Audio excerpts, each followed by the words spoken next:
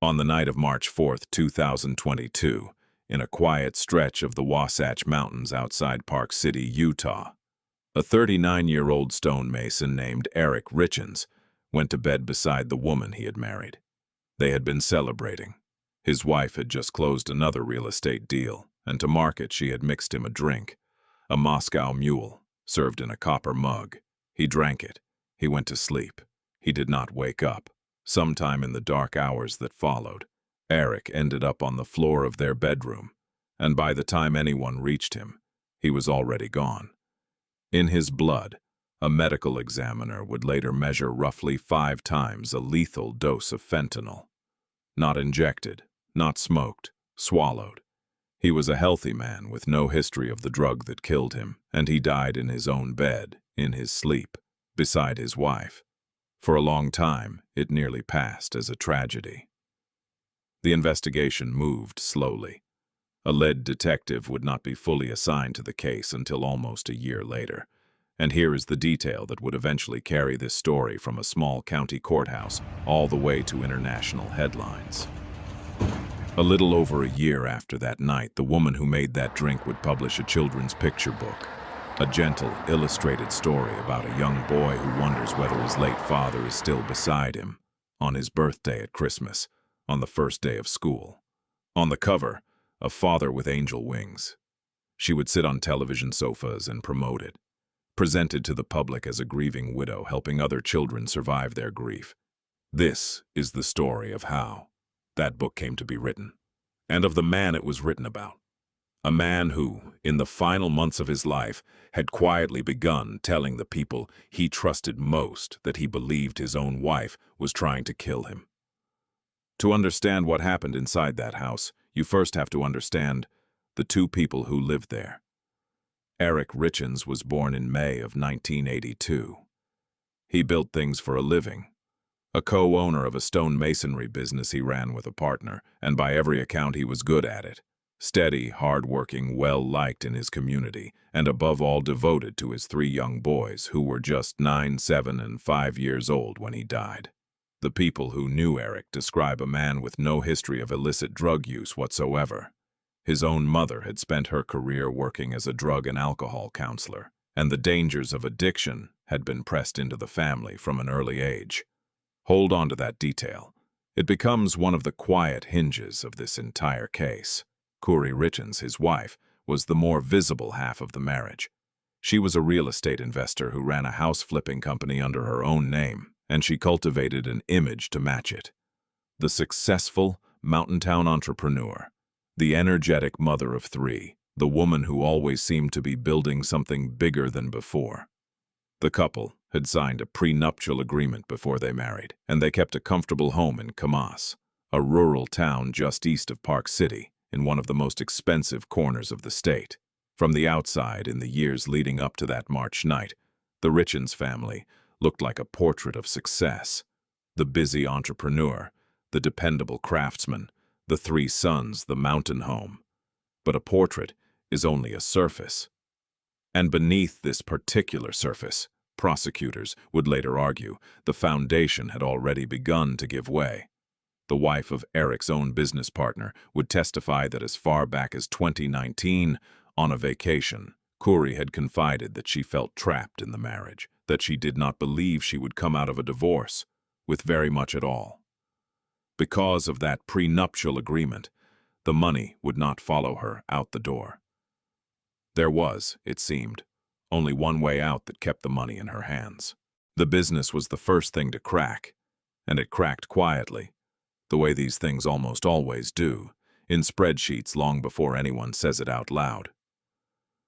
Kouri's real estate venture began small, a single home renovation in 2019, financed in part by a $250,000 line of credit she could draw on to fix up properties and resell them at a profit. For a while the model worked the way it is supposed to. Then she pressed the accelerator, hard. By 2021, only 2 years after that first project, she was attempting to juggle 15 separate renovations at the same time. The ambition outran the money almost immediately. According to a forensic accountant who spent the better part of a day on the witness stand, walking the jury through the records, Kouri lost more than $900,000 across the various properties she sold. The profits eaten alive by contractor costs, closing fees, and the sheer chaos of doing far too much at once. By late 2021, she was overdrawing her accounts. More than $300,000 in checks written to her contractors bounced. At one point, the accountant testified, Kouri even tried to pay herself $60,000, and that transaction failed too, for lack of funds. Something, the accountant said dryly, was obviously going on. By the time her husband died in March of 2022, Kouri carried roughly $7.5 million in debt and was paying something on the order of $80,000 every single month just to service her lenders. The accountant did not soften it. The enterprise, she said, was imploding. It had been collapsing for some time, and without a sudden and significant infusion of cash, it would simply keep collapsing until there was nothing left. The crown jewel of the whole operation, a mansion she was tied to, would later be foreclosed on and sold after she defaulted. The defense pushed back fairly, asking why any bank would keep lending to a woman bouncing six-figure checks. The likely answer, the accountant allowed, was that Eric's own successful company banked at the same institution, and no one wanted to damage that relationship.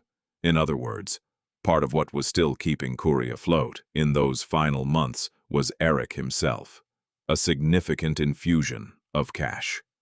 That single phrase is the hinge of the entire prosecution, because while the business was sinking, something else had been quietly assembled in the background. Over a period of years, prosecutors said, Kouri Richins had taken out multiple life insurance policies on her husband's life, policies that together totaled more than $2 million, and she had done it without his knowledge. One of those policies, the jury would ultimately find, she had obtained through fraud. But the insurance was only one pool of money. Kouri also believed, the state argued, that if Eric were to die, she would inherit his estate, an estate she valued at more than $4 million. Put those together, and you have a woman drowning in millions of dollars of debt who stood to gain millions of dollars in the instant her husband stopped breathing. And there was a third thread, running alongside the money the entire time. For roughly 2 years before Eric's death, Kouri had been involved with another man named Robert Josh Grossman. He had moved from South Carolina to Utah in 2020, and he ended up living, rent-free, inside the very houses Kouri was supposed to be flipping and selling.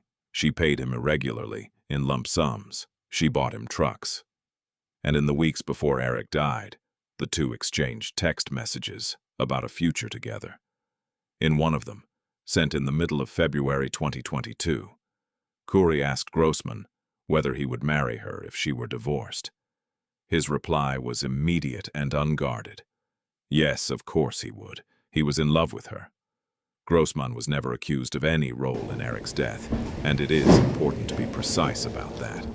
He was a witness, never a defendant. But taken together, the picture the prosecution assembled was of a woman who desperately wanted out of her marriage, who had someone already waiting on the other side of it, and who, because of that prenuptial agreement, could not afford to simply walk away. The lead prosecutor would later distill the whole motive into a single sentence for the jury. She wanted to leave Eric Richins. She just did not want to leave his money. The state's theory was not that Kouri Richins killed her husband once. It was that she tried twice. The first attempt, the jury would find, came on Valentine's Day of 2022, and the timing, prosecutors argued, was no accident at all. By their account, it came only about 10 days after that fraudulently obtained life insurance policy had taken effect. The ink, in effect, was barely dry on the document that would pay out if Eric died. That day, Eric ate a sandwich his wife had given him. Within a short time, he felt profoundly, frighteningly wrong. He picked up the phone and called 2 separate friends, and to each one he said the same alarming thing. He felt like he was going to die. Then he blacked out, and then, against whatever had been done to him, he came back. He survived, Whatever was in that sandwich was not enough, or was not absorbed the way it had been intended, and Eric Richins lived to see, the next morning. A jury would later convict Kouri of attempted aggravated murder for that Valentine's Day. But it is the part that comes after the failure that the sentencing judge would single out as the coldest thing in the entire case. Because once that first attempt failed, there was a gap. 17 days. 17 days in which the judge would say, she did not stop, she did not reconsider, she did not change course, she doubled down, and she prepared to try again. Most killings that involve a husband and a wife are a single terrible moment, a loss of control that can never be taken back. This, the prosecution argued, was something colder and far more deliberate. A plan that failed. That was patiently revised, and that was then carried out successfully a second time. The second time it worked. March 4th, 2022. The official version of that evening, the version Kouri first offered to police, was a celebration. She had closed a real estate sale earlier that day. To mark it, she mixed her husband a Moscow Mule in a copper mug. They went to bed, and sometime in the night, she said, she awoke to find him cold and unresponsive beside her and called for help.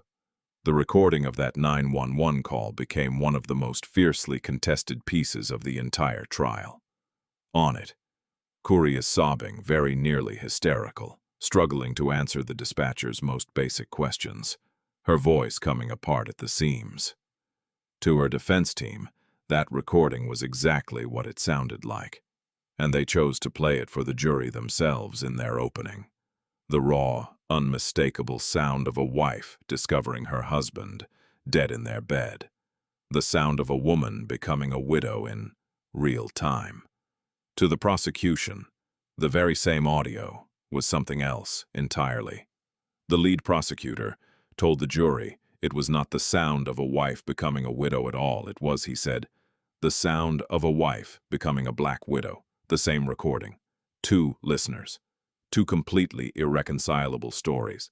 And that gap, the space between what a thing appears to be and what the state insists it actually is, would come to define everything that followed inside that courtroom. There is one more thing about that night you need to know because it would matter enormously at the very end. When officers arrived, their body cameras were running, and they captured Kouri describing her husband to them in her own words in those first raw hours before she had any reason to think anyone suspected her of anything. Buried in that ordinary footage was a single sentence that 4 years later would help convict her. We will come back to it. Here is what makes this case linger, long after you have heard the verdict. Eric Richins seems to have known. In the months before he died, after 2 earlier episodes in which he had become seriously, inexplicably ill, Eric began telling the people closest to him that he was afraid his own wife was trying to poison him. He did not whisper it once and let it go. He said it to family, to friends, more than once. And then he did something about it. The family was concerned enough that, at one point, they would even hire a private investigator. Quietly, without telling Kouri, Eric rearranged his affairs. He restructured his estate so that it would pass into a trust, and he placed his sister, not his wife, in charge of that trust. He was, in the most careful and legal way available to him, trying to make sure that if something happened to him, his money, and through it his children, would be protected from the person sleeping beside him every night. The full weight of that decision landed the day after his death. When the structure of Eric's estate was finally explained to Kouri, over the phone, by the family's estate attorney, that attorney later testified about Kouri's reaction. She was not grief-stricken. She was livid. She demanded to know, in the attorney's recollection, what on earth was wrong with these people before handing the phone back. The inheritance she believed was coming to her, the money the prosecution said she had killed for, had been deliberately routed away from her by a husband who had stopped trusting her with his own life. That very same day, in a separate matter she was later convicted of, Kouri assaulted her sister-in-law. The man she stood accused of murdering had, in the end, tried to shield his 3 sons from their own mother with the only instrument he had left. A signature on a trust naming somebody else. So how precisely did Eric Richins die? On the cause itself, there was almost no dispute. A medical examiner determined that Eric died of fentanyl intoxication. The concentration of the drug in his blood was roughly 5 times what is considered a lethal dose. And, critically, it was illicit fentanyl, the dangerous street form of the drug. Not a clean, medical-grade prescription. It had been ingested orally, taken by mouth. There was no fatal heart disease hiding in his chest. There was no stroke. There was no natural explanation, tucked away anywhere in the body of an otherwise healthy 39-year-old man, for why he should simply stop living in his sleep. This is the precise point at which the defense planted its flag, and their argument deserves to be stated plainly and fairly, because the state's case was built on inference, not on a confession or a camera. Eric, his lawyers suggested, had privately struggled with painkillers and with the effects of Lyme disease.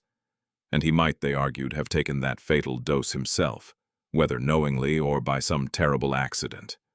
It is a serious argument. In a circumstantial case, the defense does not have to prove it true. They only have to make it plausible enough to raise a reasonable doubt. But it collided head-on with a problem of the defense's own making. A problem recorded on a police officer's body camera on the very night that Eric died. Because on that footage, Kouri herself, describing her husband to the officers standing in her home, stated plainly that Eric had no history of illicit drug use. None. The exact drug history her own lawyers would, years later, desperately need him to have had. The family also pushed back hard on the addiction theory. This was a family, remember, raised by a drug counselor. For now, simply hold on to the medical fact at the dead center of this case. 5 times a lethal dose of street fentanyl, swallowed, inside the body of a man with no history of the drug that killed him. If fentanyl killed Eric Richins, then the next question is the obvious one. Where did it come from? The state's answer arrived in the person of a housekeeper named Carmen Lauber, and she became the single most important witness for the prosecution. Lauber testified that she had sold Kouri Richins fentanyl, pills she described as blue-green in color, as many as 90 of them, acquired through a dealer she knew. She was, to put it gently, not an easy witness to put in front of a jury. Lauber carried her own criminal history, and the lead detective testified that across 6 separate interviews, totaling something like 10 hours, she consistently tended to minimize, to hold things back, to protect herself first.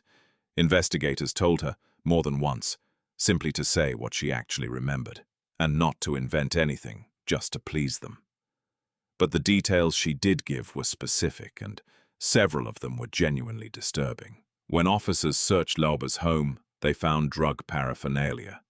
They found a firearm she was legally barred from possessing because of her record, and they found, sitting there in her home, a copy of Eric Richins' obituary. Lauber also admitted on the stand that she had once buried drugs in a fire pit at a property that, she said, Kouri Richins had specifically directed her to go to. The defense did everything you would expect with a witness like this, and they were right to try. They painted her as unreliable, as a woman with every conceivable reason to shade her story toward whatever version the police seemed to want to hear. They pressed her on inconsistencies, on the conditions of her own legal situation. But the prosecution's reply was simple. Lauber, flawed as she plainly was, did not stand alone. Her account, they argued, lined up, beat for beat, with something far, far harder to cross-examine. The cold, time-stamped record left behind on Kouri Richins' own phone. This was, at its very core, a circumstantial case. There was no eyewitness to the poisoning itself. No security camera caught a hand tipping powder into a copper mug. What there was, instead, was a phone and the long digital trail it had quietly preserved. When investigators recovered Kouri's internet search history and laid it out for the jury in sequence, it became one of the most chilling exhibits of the trial. She had searched in plain language for what a lethal dose of fentanyl actually is. She had searched for luxury prisons for the rich in America. She had searched for women's prisons in the state of Utah. She had searched, in effect, for how a poisoning gets recorded, for what it goes down as on a death certificate. She had searched whether the police can force you to take a lie detector test. Investigators also determined that data had been deleted from her devices remotely, after the fact. And then there was something that was not a search at all, but a question. One she put directly to Robert Josh Grossman, the man she had spoken of marrying. Grossman had served in the United States military during the Iraq War. Roughly 2 weeks after Eric's death, according to his own testimony, Kouri asked him whether he had ever killed anyone, and then she asked him how doing it had made him feel. The lead detective also described a journal entry, recovered from Kouri, in which she set down her own private account of the night her husband died. Now, no single one of these items, taken entirely on its own, is a murder. A search is not a crime. A strange question whispered to a partner is not a crime. But the prosecution's argument was that you were never meant to look at them one at a time, in isolation. Laid out side by side, in order, on a single timeline, they argued. These were not a collection of innocent coincidences. They were the unmistakable shape of a mind that had already made its decision. Then there was the money. And unlike almost everything else in this case, the money could be traced, dollar by dollar. The same forensic accountant who had described the imploding business also followed exactly what happened in the weeks and months after Eric died. Of the life insurance, Kouri personally received $1.4 million. Of that sum, roughly $600,000 went straight to paying down her debts, the very debts that only weeks earlier had been swallowing her whole. Around $25,000 of it went to Grossman, the boyfriend. The separate $2 million interest tied to Eric's stonemasonry business, by contrast, had been deliberately structured to flow into the trust his sister controlled, not into Kouri's hands at all, and Eric's family fought to keep it that way. Just about 3 weeks after his death, Kouri had actually sued the trust, trying to claim the money and assets it held. A judge ruled against her. The trust and the $2 million would go to Eric's sister, as he had arranged. The family argued in plain terms that she should never be permitted to profit from his death, and they would eventually pursue her in civil court for more than $13 million. But in the criminal courtroom, the prosecutor reduced the entire sprawling financial story to one brutal, simple sequence, delivered in his closing argument. Kouri Richins wanted Eric dead, he said, so she took out a policy on his life. Then she killed him. Then she submitted a claim to collect on it. You do not have to accept every single link in that chain to feel the gravity of it. The jury accepted it. When they returned their verdict, they found unanimously that both the completed murder and the earlier attempt had been committed for financial gain. As one veteran trial observer put it afterward, the money was clearly paramount in those jurors' minds. This was a case about a marriage, but underneath the marriage, all the way down, it was a case about a balance sheet that would not balance. And now we arrive at the book, the detail that turned a Utah murder case into an international story. While she was still under investigation, before she was ever arrested, Kouri Richins published a children's picture book titled Are You With Me? It told the story of a young child wondering whether his late father was still present at the milestones of his life. His birthday, the holidays, the first day of school. It was marketed, gently and explicitly, as a tool to help grieving children find peace and comfort after the loss of a parent. And Kouri did not simply publish it and step back into the shadows. She promoted it personally, appearing on television as the very picture of a strong, loving parent, guiding her own sons through an unimaginable loss. The widow who had taken her grief and turned it into a gift for other hurting families. The reality behind that tender cover was a good deal colder. According to messages found on Kouri's own phone, the book was not really hers in the way the public had been led to believe. It had been ghostwritten, produced for a fee of around $10,000, and Kouri stood to earn roughly $5.35 on each copy that sold. And there is one final detail about that book that captures the sheer strangeness of this entire story better than almost anything else. At one point during the investigation, the sheriff's office received an anonymous package in the mail. Inside was a copy of the book, accompanied by a handwritten note. "There are two sides to every story," it read. "This is the true Kouri, a devoted wife and an adoring mother. Thought you should know."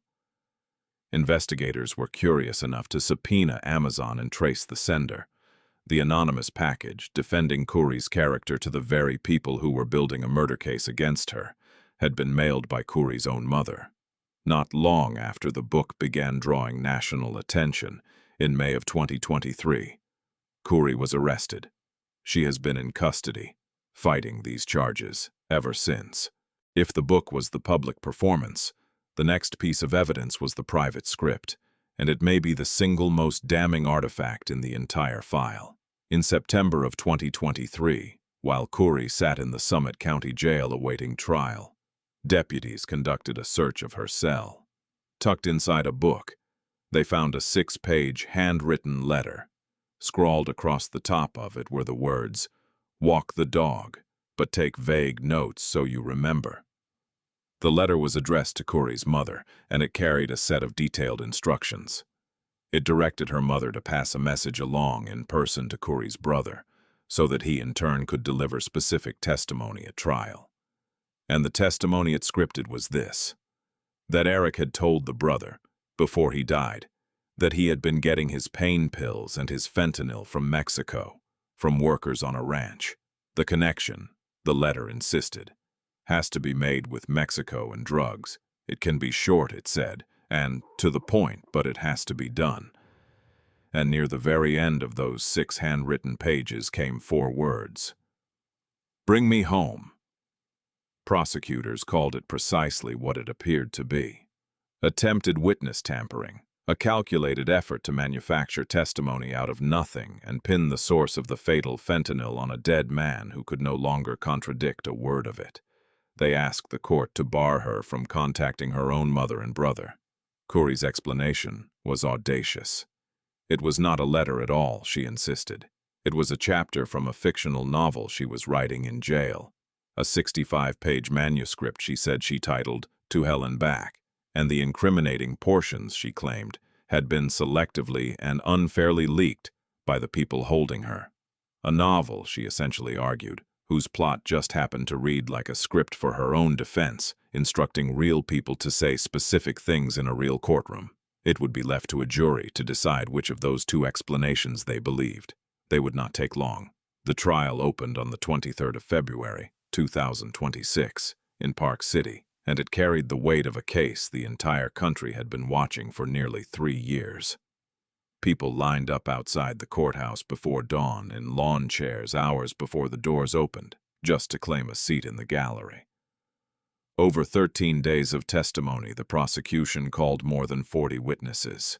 Eric's grieving family members, the housekeeper who said she had sold the pills, the forensic accountant who traced the collapsing debt, the boyfriend, the detectives, the estate attorney. They built their wall one circumstantial brick at a time, methodically, because they had no other choice. And then the defense did something that genuinely surprised many of the people watching. It rested, without calling a single witness of its own. Kouri Richins did not take the stand in her own defense. Her lawyers had made a calculated bet that they did not need to prove an alternative story at all, only to find the one true crack in the state's wall and widen it until the whole structure looked unsafe to lean on. And they had identified that crack with real precision. Not one of those 40-plus witnesses, they reminded the jury again and again, could actually say how the fentanyl had gotten into Eric's body. The state could not show the moment of the poisoning, because no living person had seen it happen. They were asking the jury, the defense argued, to convict a woman on inference, stacked upon inference, on what they dismissed as paper-thin evidence. The prosecution's framing was the exact mirror image of that. Do not look at her as a witch, they said. Look at her precisely as the records show her to be. A woman drowning in millions in debt, secretly insured against her own husband's life, searching the internet for lethal doses and luxury prisons, quietly planning an entire new life with another man. And then came the rebuttal that closed the door on the defense's own theory. That body camera footage from the night Eric died, in which Kouri herself had told the police in her own voice that her husband had no history of illicit drug use, the very history her lawyers now needed him to have had. The jury deliberated for under 3 hours. It came back and it convicted her on every single count. The sentencing came on the 13th of May, 2026. By the calendar, it landed on what would have been Eric Richins' 44th birthday, a coincidence that his sister marked aloud through tears as she rose to address the court. "I stand before you," she said, "because he cannot." Judge Richard Mrazek delivered the sentence himself, having presided over the entire trial. He spoke about the sequence the jury had found, and he weighed it carefully, out loud. The first attempt, the 17 days that followed in which she did not change course, but instead doubled down, and then the completed act of poisoning at the end of them. A person convicted of doing all of that in that way, and for that reason, the judge concluded, is simply too dangerous to ever be free. He imposed the maximum the law allowed: life in prison without the possibility of parole, with the sentences for the lesser convictions stacked consecutively on top of it. Before he ruled, the court heard from Eric's 3 sons through statements read aloud on their behalf, because they were still children. Each of them, in his own words, told the court essentially the same thing: that they would not feel safe if their mother were ever set free. One of the boys said plainly that he was afraid she would come after him and his brothers. Kouri herself then spoke for roughly half an hour. She addressed the boys directly, called them her sweet baby boys, told them she loved them, told them she had never abandoned them, and she insisted she would appeal and keep fighting these charges, no matter how long it took.